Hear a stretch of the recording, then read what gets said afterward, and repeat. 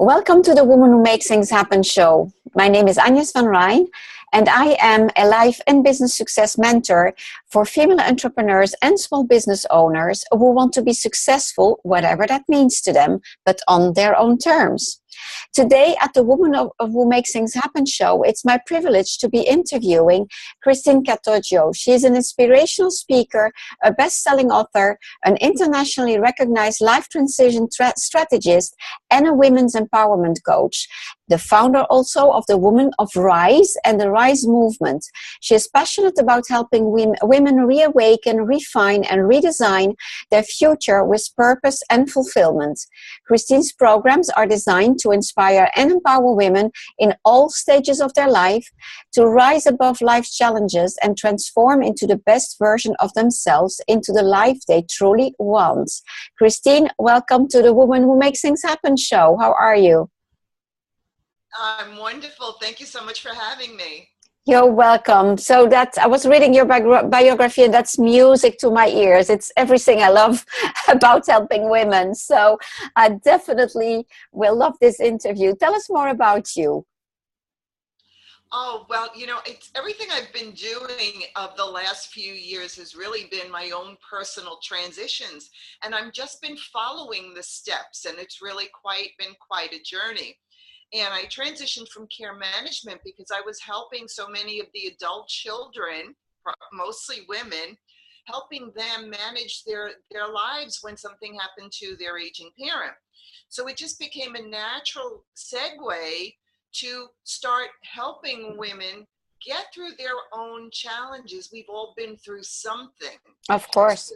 Yes, definitely. So that's how I got into doing what I'm doing. And I find that the more I am helping other women, the more I'm learning about myself. And it's really been quite the journey, As a matter of fact, when I do have my own challenges, I often say, if I was my client, what would I say? Yeah, exactly. Yeah, it's very interesting that you mentioned that, but because I realized that it is an angle that has not been often touched in my interviews. It is so true that when we help our clients, we help ourselves in the process, and we are human beings as well. We are facing challenges also. It's not always easy to help ourselves, even if we know how to do it for others. So let's dig into that. How do you do it when you are being challenged? You know the process for your clients, but it's not that easy to hold that mirror for yourself. How do you handle that? Well, sometimes I find that I really do need to take that step back. Mm-hmm. When we get caught up in our circumstances, we don't necessarily see things as they are. So I was just having this conversation with a client this morning also. We need to step outside of whatever is happening so that we can be objective and we can take the emotions out of it. Because I think what happens so often, we get caught up in how it's going to affect everything, how we feel. Is it going to offend someone, or, whatever the scenario might be. And so the emotions play such a big part. So I think when we can take that step back and just look at whatever actually is happening, and be very objective, that's really the first step. And I find that even when I'm dealing with my clients, I need to teach them to do that as well. And understand, take responsibility for whatever your own part is in whatever the case may be. Whether it be, a relationship situation or a financial situation, we need to do that self-analysis on what is our responsibility, how did we create this, and then we can start working on the steps that we need to put in place to turn things around. The thing that I find very interesting in what you just mentioned, and I would like to bounce on, is you very clearly say, and I so fully agree with it, that the first step is that we need to take responsibility. Because the first reaction that most people have is to look at others and circumstances, so look at reasons outside of themselves. But yes, we do create our reality. It's our choices. They're not always conscious, and best is, of course, for them to be conscious. It changes everything. Yeah, it's the consequence of our choices that bring us where we are today. So that's a very good first tip to give. Look inside, take charge first. Take charge, exactly. And I think when we learn how to do that, it releases the judgments. That's another big thing, that so many of us, we automatically place a judgment on someone else, whether the way they responded to us, which we know is just it's just a reaction to whatever we are presenting. But we need to, there again, we just need to kind of look at ourselves. Always look at ourselves first. Look at what we brought to the situation. Absolutely. That's really the key. That's really the key. And it's not comfortable. It's not comfortable for us to examine ourselves and figure out, what we might have done wrong, because we're all perfect. So. But sometimes that being uncomfortable is where we learn our lessons, and that's where we grow. Yeah, absolutely. And what I find very interesting in that process also that is worth mentioning is that when we look at how we generated a situation, whatever that situation is, it's not a matter of looking at it from the angle of guilt. You did this wrong. That's not the topic. It's really about, what can I learn from it? How can I do things differently so that next time it doesn't happen the same way? Because it's so easy to, if you have a little bit of, problems with self-confidence or whatever, to feel guilty about having done something. It's not about pointing at that. No, it always is a learning experience, and I always say that to my, clients as well. It's like, what did you learn from this? What would you do differently if you're exposed to the same situation again? What would you do differently? Every experience is a learning experience. The good ones and the bad ones. Absolutely. They all teach us. They teach us about our values. They teach us about our priorities. They teach us about ourselves. Teach us about how strong we are, or the things that we can handle that maybe we didn't think we could handle. So, they're all very valuable learning experiences. Life is a learning experience. Completely. So, Christine, if we rewind and if we look at, because the objective here is to inspire women to go after their dreams, to dare go after it, whatever the dream is, or the reinvention. If you rewind and look at how you transitioned from doing what you were doing into setting up your business around something that you found out you were passionate about, what have been your biggest challenges? What have you found most difficult, and how have you handled that? Probably the biggest challenge is as being a solopreneur. We have a tendency to try and do everything ourselves. And as you well know, that doesn't work. No, it doesn't work. And I think, and a lot of that is control. It's, whatever we venture we start out to, it's our baby and we want to nurture it. So giving up that control is very difficult. But we're not good at everything. So we really need to learn to take the things that we are not good at. I'm not a techie person. So why am I going to spend my time and energy on learning? And yes, we all need to learn some, but on learning something that there is someone so much more capable that I can trust to handle it for me. So true. Yeah, and it's all about building that team up, that support team. And that was a big challenge for me because I am used to working on my own. And so being able to trust other people to do things and handle things the way I want it done, that was a huge learning curve. And a big challenge, which fortunately I've learned to overcome. Yeah, what I like to point at as well, and that is something that people quite often overlook, is that when we are working on something that we are less good at or that we don't like doing, I mean, maybe we're good at it, but we don't like doing it, it will, by essence, take more time than if we are doing something that we enjoy doing. And that is valuable time that you're not spending on developing your business. So you better give it to someone who loves doing it, and you concentrate on what you're good at. So it's either bringing in business or delivering whatever it is that you're doing. But that's really something very important to bear in mind. Yes, yes, because it's so easy to get caught up, and I find that when I do get in my little silo, so to speak, I lose my creativity because I'm so engrossed in all the other things I should be doing or that need to get done. And so, but when I know that I can give them to someone else to do and take them off my plate, that allows me the creativity and, as you mentioned, the time to make those phone calls and make those contacts. And I can do that with more confidence because I'm not stressed about Mm. the minutia. Yeah, yeah. Yeah, absolutely. So that was one first challenge. Was there anything else that stood out for you in terms of difficulties? Well, a lot of it is, developing the business and putting the strategies in place to let people find out what I do, getting the message out. That was a big challenge for me, especially as I got into my program, my R.I.S.E program. It was a divine download, and when it came to me, I wasn't 100% sure of how to convey that message, how to get it out. And it's still evolving, and it's 3 years later.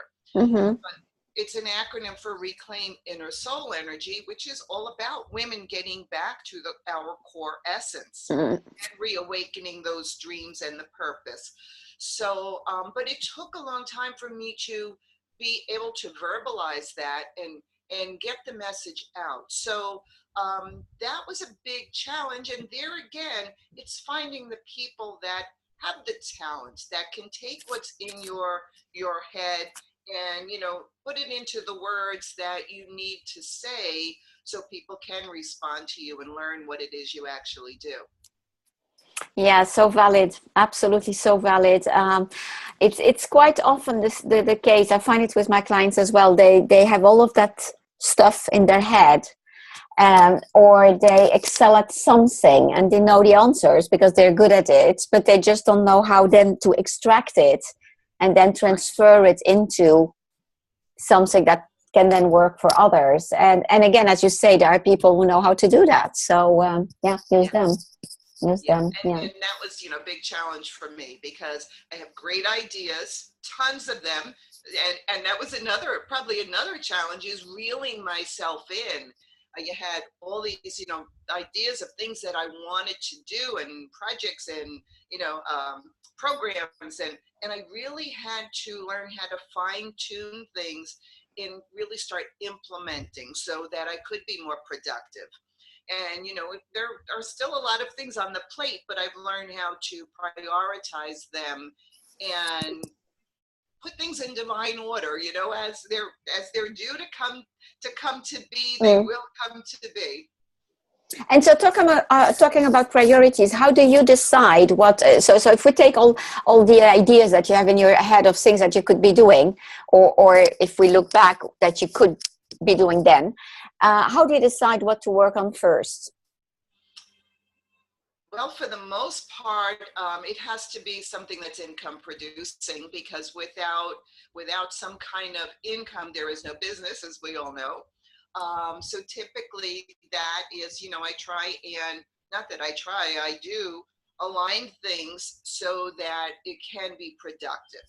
And then once I know that that income is coming in, then I can spend more time on the more creative projects and the things that do require a little bit more nurturing and aren't necessarily producing immediately. And there again, that takes a lot of development and a lot of time. So So once I know that all the systems are in place and everything's running, the engine is purring, then I can spend more time on the more creative ideas and the things that maybe a little bit more fun, but not necessarily produce what I need for it to produce, the business to produce. I love that. It's a very good tip as well. A lot of, I was going to say women, maybe men as well. It's not gender related here. My comment was not going in that direction. Are going out for their dreams. They're passionate about something. Will not necessarily have this business mindset. And you keep reminding us very clearly and so true that it has to generate income. I mean, otherwise you don't have a business. And so I see it very often, and to be very honest, I've been in that place myself when I started, where having all those ideas and then you start working on them, preparing, but never going. And so meanwhile, no money coming in. And take baby steps. Start somewhere, but start generating income. Yes, that's absolutely a very, very valid point that you keep making. I noticed. So were you very business driven when you started your business? Yes. I come from an entrepreneurial family. I've actually been in business, a few different businesses through the last few years, but for about 15, 20, close to 20 years. So, and as I said, everything was just kind of segued. One thing led into the other as the needs arose. And I'm all about following the path. So, So yeah, I've always been very business driven. It's I did have it while I was going through my personal challenges in my divorce. I had a spell where I did take a 9-to-5 job, and for the benefits and the consistent pay, as some of us have to do from time to time. And I realized at that point, after being there for a few years, that one, I wasn't happy. I didn't feel like I was being accomplished, that I had so much more that I really wanted to do with my life. And also that I didn't want to put my life in someone else's hands, because there was a lot of volatility and I never knew when the job would end and the what next. And so I started realizing that I needed to take control of myself. And that in itself is motivation. It's, if I make a mistake, it's my mistake. I fix it. And I don't have to depend on anyone else for where my livelihood is going to come from, or how much time I can spend on vacation, or whether or not I can take the morning off to go to my grandchildren's, school events. So, it all started to make sense. And especially getting older, I felt that need for living my life the way I wanted to create it. And that's why I always tell my clients, we can create a roadmap for the life that you want, but first you need to know what it is you want. So true. Yes. So true. Yeah, I definitely can relate to everything you're saying. Because we've all been there. Of That's course. what makes us good at what we do. Yeah, no, absolutely. So tell us a bit more about who are your clients? Who do you work with? I work with women predominantly. I have worked with a few men, but women are drawn to me. Everything I do is aligned with women and girls. And really, it is anyone who is going through some type of transition. Which we're all in at any given time. And really just needs some clarity and direction moving forward in their life. And for women, we set aside a lot of our dreams and aspirations while we're raising our families, while we are in our relationships, while we're trying to keep our roof over our head and do so many other things, that we set aside the things that really we are meant to fulfill us. And so I work a lot with my clients on developing, finding their purpose. And that's really what R.I.S.E ultimately is when we get to that core essence, it helps us find our purpose and what we're truly meant to do. Yeah, and makes life so much more meaningful, huh? Totally. And, there are so many of my clients. I have corporate clients, women who are making six figures in these great jobs, and they're unfulfilled. So all looking to bring their life, to another level. So it's not always about the money. It's definitely not. It is about finding that purpose and fulfillment. And so I love seeing women come to life. They're busy. They're doing other things, and they're just like, oh, I'm just not happy. I don't know why, or I feel like my life isn't my own. And it just, when I can help them just reawaken. Yeah, I love that term. Yes. There's so much that's been dormant, and it's like all of a sudden, they get color in their cheeks. They're brighter. They're lit. Their light starts to shine, and that's what I love doing. I certainly can feel that, share that feeling too. And I've been in that position myself. My first transition was exactly that one. When I was having that great corporate job, I was making big money, but I was just walking around with that nagging feeling that there must be more to life, and I didn't know what it was. And it took me 6 years. Back then I was living in France, and they're far behind in coaching. There was no such a thing back then as coaching, or at least, only high level people would really get coaching, and that's it. So it took me 6 years to start understanding.